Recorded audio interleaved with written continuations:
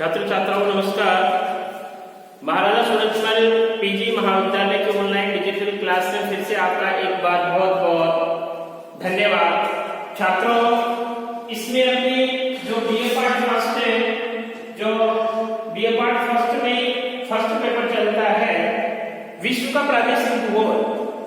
तो विश्व का प्रादेशिक भूगोल, अभी विश्व के प्रादेशिक भूगोल में अपने इस विश्व के प्रादेशिक भूगोल से पहले यानी पेपर का नाम था एशिया का भूगोल, यानी टोटल एक महाद्वीप एशिया महाद्वीप का अपने जिक्र करते थे इस पेपर में, और उसमें इसी के नाम से अपना अध्ययन होता था। लेकिन 2019 में इसमें 2019 के जो सिलेबस है उस सिलेबस में विश्व का प्रादेशिक भूगोल कर दिया, और उसमें विश्व के प्रादेशिक भूगोल में जितने भी अपने भारत में महाद्वीप है यानी 7 महाद्वीप है, तो 7 महाद्वीपों का टोटल यानी जो प्रादेशिक भूगोल है वो प्रादेशिक भूगोल का अपने अध्ययन करेंगे और उस अध्ययन में अपने टोटल सिलेबस कवर होगा।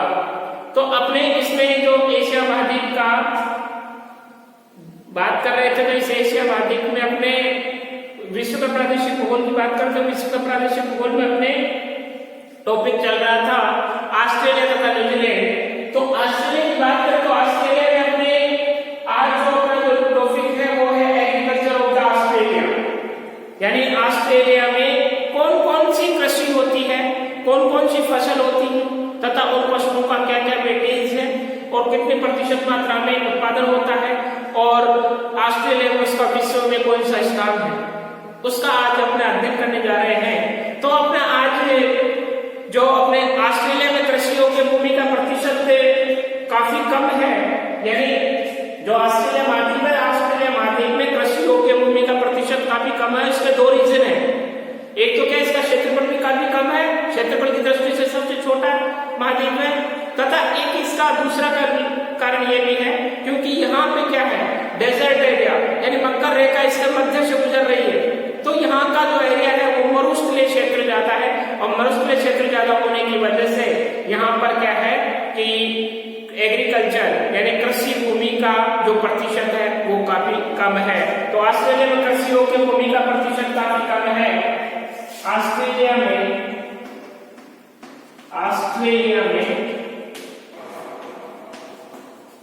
कृषि भूमि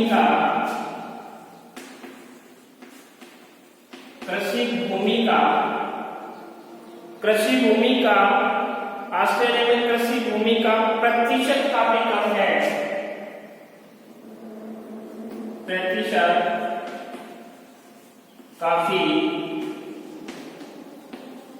कम है। यहां मात्र 3.5, यहां मात्र 3.5% भूभाग कृषिगत है। 3.5%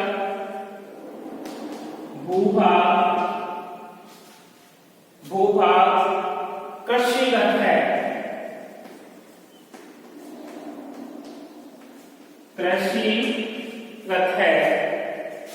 कृषिगत भूमि का क्षेत्रफल कम होते हुए भी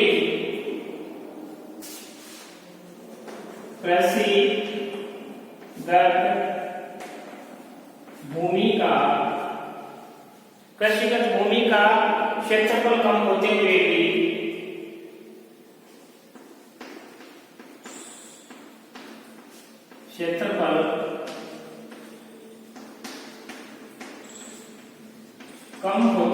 भी ऑस्ट्रेलिया में प्रति व्यक्ति कृषि भूमि ऑस्ट्रेलिया में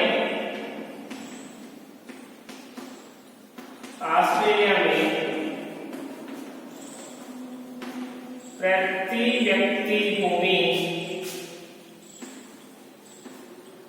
व्यक्ति भूमि संसार में सर्वाधिक है। प्रति व्यक्ति भूमि संसार में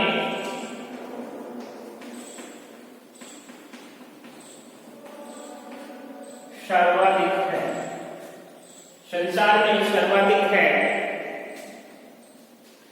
ऑस्ट्रेलिया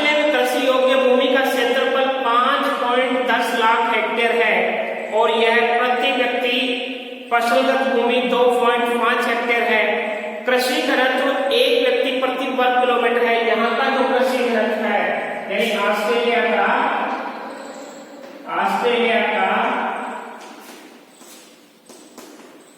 कृषि घनत्व ऑस्ट्रेलिया का कृषि घनत्व एक व्यक्ति प्रति वर्ग किलोमीटर है। एक व्यक्ति प्रति वर्ग किलोमीटर है। प्रति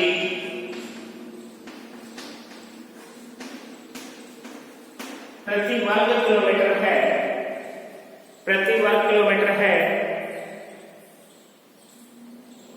जनसंख्या कम होने के कारण यहाँ प्रति व्यक्ति कृषि भूमि अधिक है तथा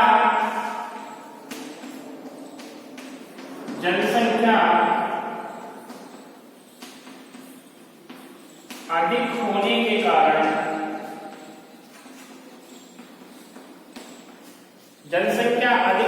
के कारण प्रति व्यक्ति जनसंख्या कम होने के कारण यहाँ जनसंख्या कम होने के कारण यहाँ प्रति व्यक्ति कृषि भूमि अधिक है। यहाँ प्रति व्यक्ति कृषि अधिक है। क्या है? अधिक है। यहाँ श्वेत जाति के लोगों के लिए आर्थिक दृष्टि से कृषि का योगदान बहुत महत्वपूर्ण है। यहाँ श्वेत जाति के लोगों के लिए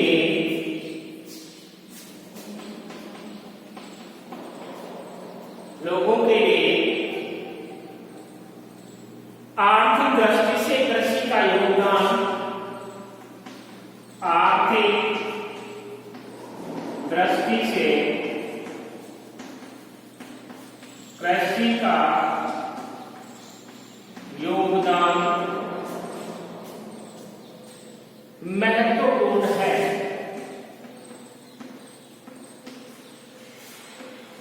यानी अपने देखते हैं कि ऑस्ट्रेलिया की जो कृषि को ऑस्ट्रेलिया में कृषि भूमि का जो प्रतिशत है वो काफी कम है।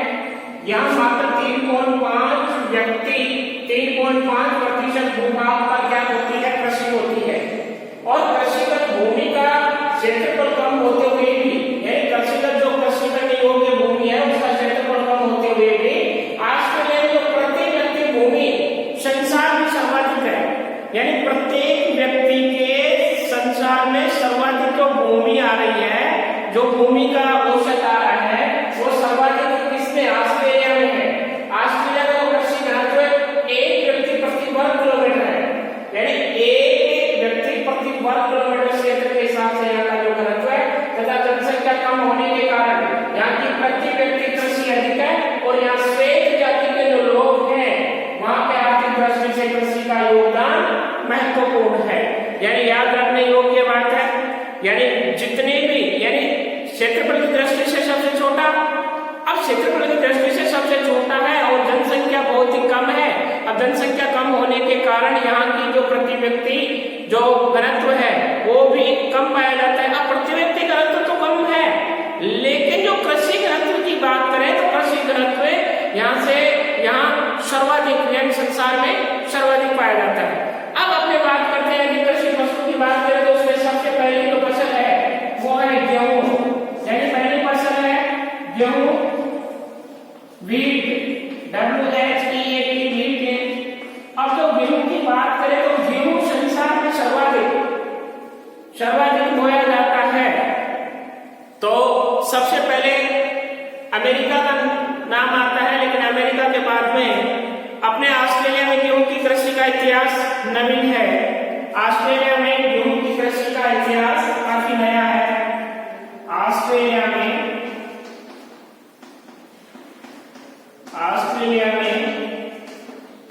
गेहूं की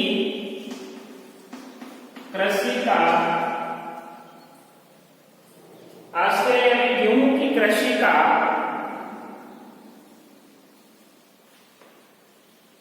इतिहास काफी नया है। इतिहास काफी नया है, यानी काफी नया इतिहास है। यहां सबसे पहले दक्षिणी ऑस्ट्रेलिया के यहां सबसे पहले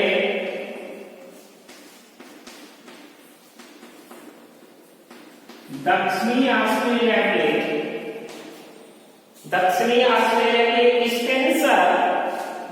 ऑस्ट्रेलिया के स्पेंसर की खाड़ी,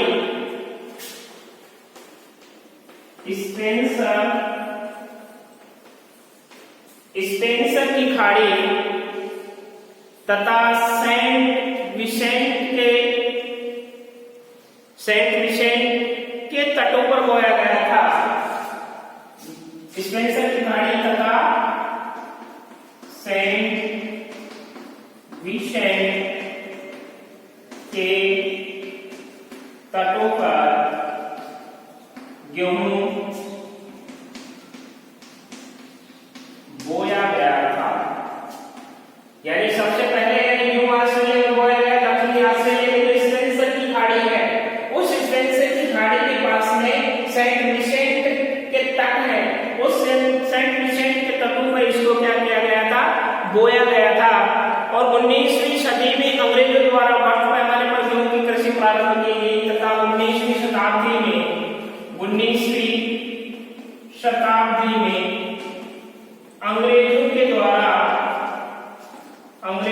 द्वारा यहाँ गेहूं का उत्पादन काफी वृहद स्तर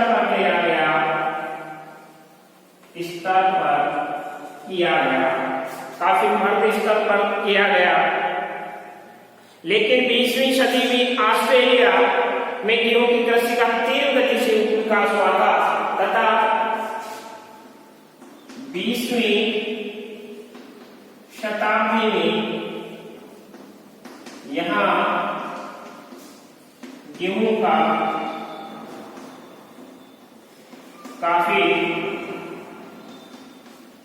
विकास हुआ। गेहूं ऑस्ट्रेलिया की एक महत्वपूर्ण फसल मानी जाती है तथा गेहूं ऑस्ट्रेलिया की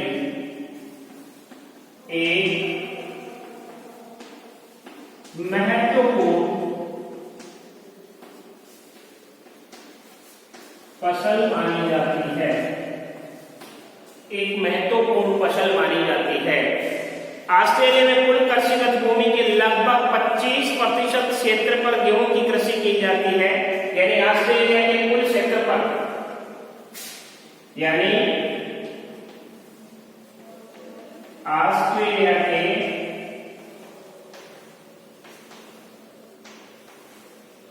कुल क्षेत्र के 25% भाग पर गेहूं की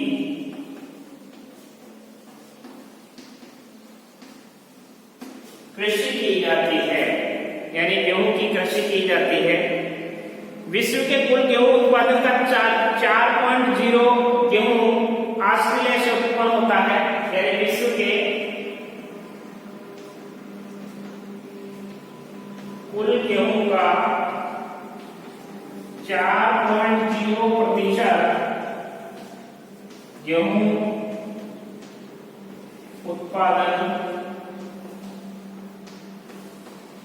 किया जाता है। किसमें? ऑस्ट्रेलिया में। अब इसका जो गेहूं उत्पादन करने में विश्व में 8वां स्थान है। किसका? ऑस्ट्रेलिया में गेहूं उत्पादन में 8वां स्थान है। जनसंख्या कम होने के कारण यहाँ का जो गेहूं का उत्पादन है बड़े बड़े कृषि फार्मों में मशीनों की सहायता से किया जाता है। यानी जो यहाँ के जो कृषि फार्म हैं वो काफी लंबे चौड़े हैं, काफी लंबे क्षेत्रफल के होते हैं, इसलिए यहाँ पर ज्यादातर मशीनों का यूज लिया जाता है। यानी इलेक्ट्रिकल जितना भी तकनीकी का प्रयोग किया जाता है वो ऑस्ट्रेलिया और अमेरिका में किया जाता है। तो तकनीकी की सहायता से यहाँ सबसे ज्यादा गेहूं का यानी बड़े बड़े कृषि फार्मों में मशीनों की सहायता से कृषि की जाती है।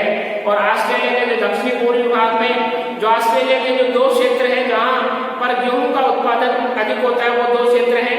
ऑस्ट्रेलिया के दक्षिणी पूर्वी भाग में मरे डार्लिंग नदी के बेसिन में, जो ऑस्ट्रेलिया के दक्षिणी पूर्वी भाग में मरे डार्लिंग नदी के बेसिन में प्रमुख गेहूं उत्पादक क्षेत्र है। यहाँ शीतकालीन गेहूं का उत्पादन किया जाता है। यानी फर्स्ट नंबर का जो क्षेत्र है ऑस्ट्रेलिया में गेहूं का वो है, पहला है ऑस्ट्रेलिया के दक्षिणी पूर्वी भाग में, ऑस्ट्रेलिया के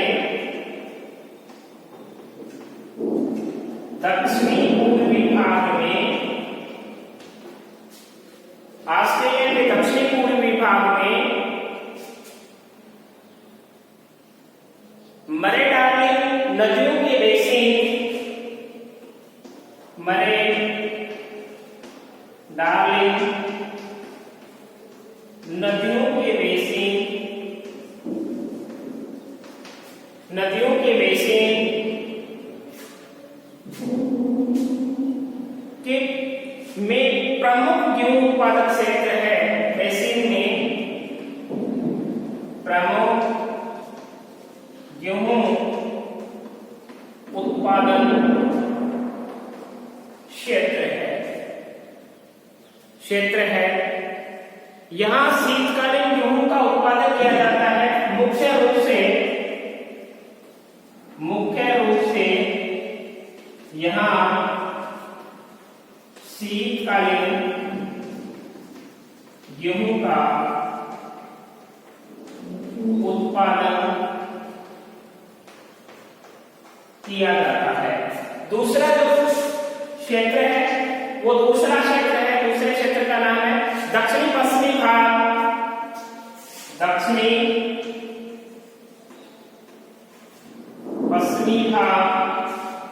दक्षिणी पश्चिमी भाग ऑस्ट्रेलिया के किस भाग में भूमध्य सागर,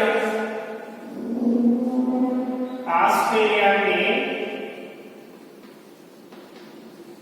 इस भाग में, ऑस्ट्रेलिया के इस भाग में भूमध्य सागरीय जलवायु पाई जाती है। भूमध्य सागरीय जलवायु पाई जाती है। भूमध्य सागरीय जलवायु पाई जाती है। भूमध्य सागरीय जलवायु पाई जाती है। अतः यहाँ शीतकाल में होने वाली वर्षा से,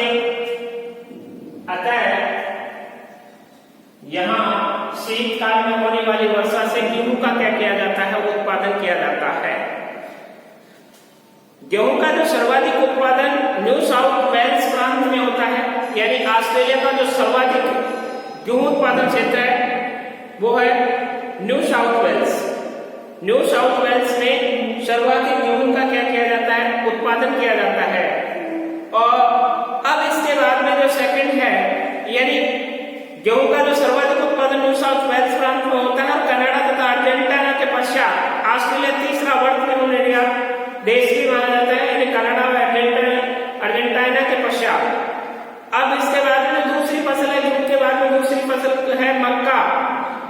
दूसरी फसल का नाम है मक्का। तो मक्का की अपनी गेहूं के बाद में दूसरी फसल है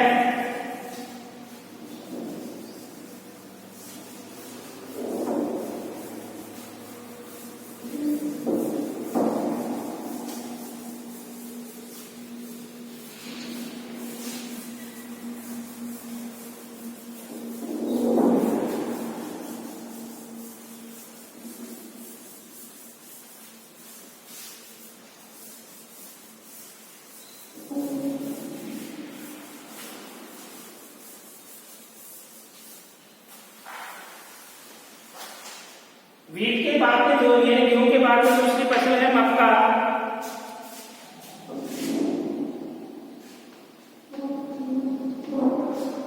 अब जो मक्का उत्पादन होता है ऑस्ट्रेलिया में, सर्वाधिक मक्का का उत्पादन यानी पशुओं के लिए किया जाता है। पशुओं के लिए वहां क्या है, एक तो सूअर पालन अधिक होता है, तो सूअर पालन में जो सूअरों को सबसे ज्यादा मक्का दी जाती है, इसलिए वो जल्दी उनका जो गोश्त है वो जल्दी तैयार हो जाता है। इसीलिए जो मेन कारण है वो पशुओं को खिलाने के काम में मक्का लिया जाता है। ऑस्ट्रेलिया में मक्का का प्रयोग यानी उपयोग पशुओं के चारे के रूप में किया जाता है।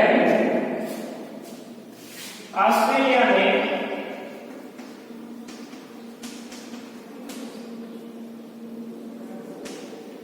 मक्का का उपयोग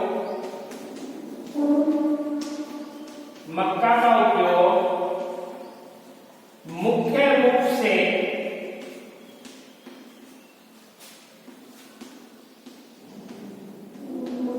पशुओं के चारे के रूप में किया जाता है।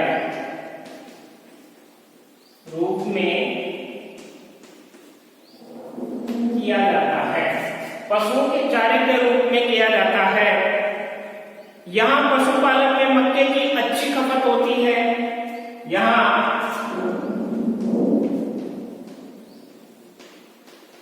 पशुपालन में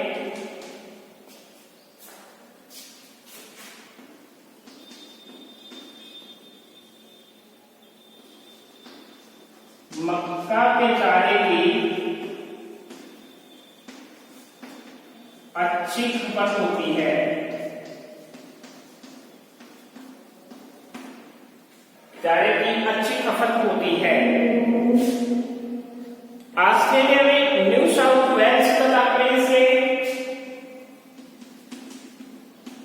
ऑस्ट्रेलिया में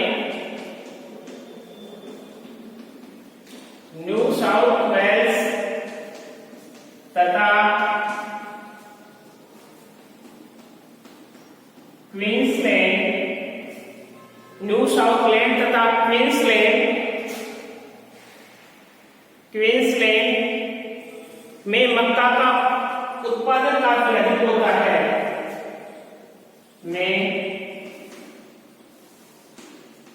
मक्का का उत्पादन काफी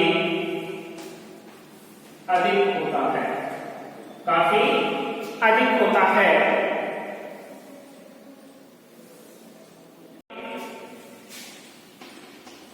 विक्टोरिया के उत्तरी पश्चिमी भाग में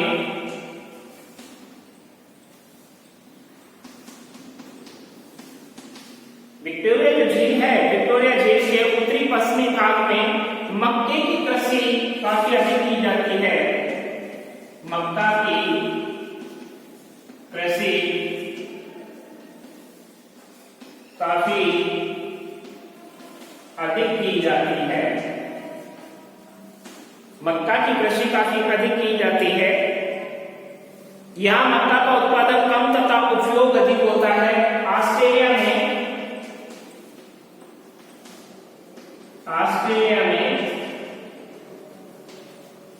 मक्का का उत्पादन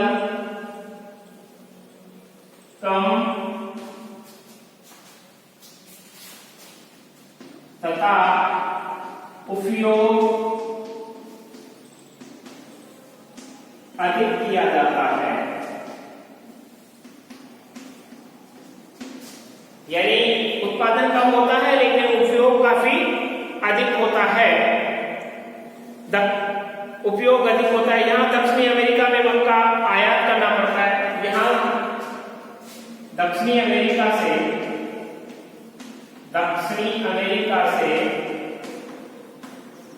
मक्का का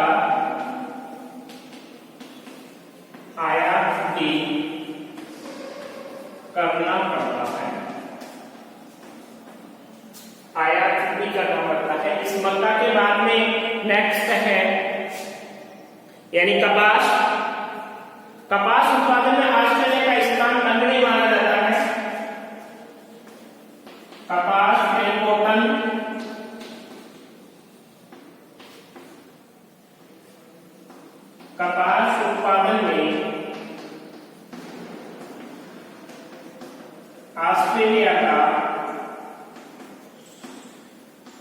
स्थान नगण्य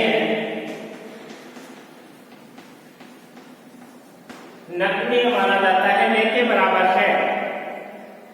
क्वींसलैंड के तटवर्ती क्षेत्रों में, जो क्वींसलैंड है, क्वींसलैंड के जो तटवर्ती क्षेत्र हैं, उन क्वींसलैंड के जो तटवर्ती क्षेत्रों में कपास की कृषि की जाती है। जैसे न्यू साउथ वेल्स में भी कपास की फसल होती है। अब गन्ना, इसके बारे में जो नेक्स्ट है वो है गन्ना की कृषि।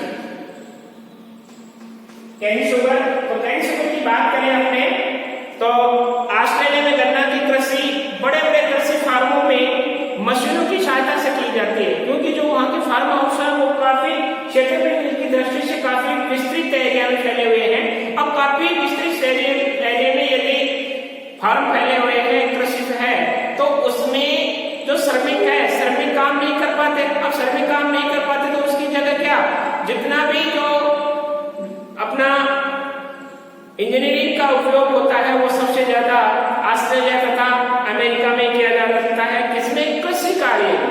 तो इसमें उर्वरकों का अधिक प्रयोग भी किया जाता है। गन्ने की कृषि मुख्यतः जो क्वींसलैंड के तटीय क्षेत्रों में की जाती है। जो भी तटीय क्षेत्र हैं, उन तटीय क्षेत्र में सर्वाधिक यानी जो कृषि है वो या तो गन्ने की जाएगी या फिर इसके अलावा गेहूं उत्पादन किया जाएगा, क्योंकि जो भी तटीय क्षेत्र है वहां उपजाऊपन पाया जाता है। उपजाऊपन में गन्ना उत्पादन सर्वाधिक, उसको क्या चाहिए? उर्वरक शक्ति चाहिए। तो उर्वरक शक्ति किसके पास मिलती है? जो तटीय क्षेत्र है उन तटीय क्षेत्रों में। तो इस प्रकार से जो वेल्स के क्वींसलैंड है, रिचमंड है तथा क्लैरेंस नदियों की जो घाटियां हैं उनमें इस प्रकार के काफी फार्म हाउस पाए जाते हैं। अब ऑस्ट्रेलिया में जो गन्ने की खेती का जो विस्तार किया जा रहा है वह चीनी का जो वार्षिक उत्पादन लगभग 51 लाख टन होता है। यानी चीनी का जो उत्पादन होता है 51 लाख टन होता है। लगभग 40 लाख चीनी निर्यात की जाती है। यानी ऑस्ट्रेलिया में जनसंख्या कम होने के कारण उपयोग कम हो रहा है, किसका? चीनी का। और वहां से ये क्या किया जा रहा है? निर्यात की जा रही है। अब ये तो निर्यात की जा रही है, लेकिन मक्का वहां कम उत्पादन होती है तो वहां उपयोग अधिक हो रहा है। तो उपयोग अधिक हो रहा है तो उसका क्या किया जाता है? आयात किया जाता है। मक्का आयात कर रही है, बल्कि चीनी का निर्यात किया जा रहा है। तो अपने इसमें जो राजस्थान विश्वविद्यालय है, उस राजस्थान विश्वविद्यालय जो थर्ड पेपर है जो विश्व का प्रादेशिक भूगोल, तो विश्व के प्रादेशिक भूगोल में जो ऑस्ट्रेलिया से संबंधित यानी ऑस्ट्रेलिया तथा न्यूजीलैंड है, तो ऑस्ट्रेलिया तथा न्यूजीलैंड ये दोनों महाद्वीपों में क्या है कि इनमें जो तुलनात्मक अध्ययन है, एग्रीकल्चर का जो कृषि विभाग का जो तुलनात्मक अध्ययन है, उसमें तुलनात्मक अध्ययन के रूप में भी क्वेश्चन आ सकता है। यानी कहने का मतलब उसमें ऐसे आ सकता है कि ऑस्ट्रेलिया तथा न्यूजीलैंड में जो कृषि का विस्तार है वो किस प्रकार से हो रहा है, यानी कौन कौन सी कृषि उसमें पनप रही है, कौन कौन सी कृषि हो रही है और उनका विश्व में कितना प्रतिशत है। ये क्वेश्चन इस प्रकार से भी आ सकता है कि कंपैरेटिव भी पूछ सकता है, यानी ऑस्ट्रेलिया का पूछ सकता है, न्यूजीलैंड का पूछ सकता है। तो इसमें आपको दोनों को तुलनात्मक यानी कंपैरेटिव अध्ययन करना है, इसका तुलनात्मक अध्ययन करना है कि ऑस्ट्रेलिया में कौन सी, जैसे ऑस्ट्रेलिया में अपने कौन कौन सी फसल, गेहूं है, गेहूं के बाद में जैसे मक्का है, मक्का के बाद में कपास है, कपास के बाद में गन्ना है। ये मुख्य फसलें, 4 मुख्य फसलें मुख्य उत्पादन की जाती है। वैसे ही अपने को न्यूजीलैंड में देखना है। अब न्यूजीलैंड में दोनों का क्या है, ज्यादातर क्वेश्चन आता है तो वो आता है कंपैरेटिव, तुलनात्मक अध्ययन करवाता है। तो तुलनात्मक अध्ययन आपको इसमें करना है। आज का जो अपना क्वेश्चन था यानी ऑस्ट्रेलिया, एग्रीकल्चर ऑफ ऑस्ट्रेलिया, तो इसमें आपके सामने ये सारी चीजें क्लियर हो गई। अब इसमें आप जो अपनी नोटबुक है उस नोटबुक में साफ में इसको उतारोगे, उतारने के पश्चात इसको लर्न करके प्रिपेयर करोगे और ये क्वेश्चन आपका तैयार है। धन्यवाद।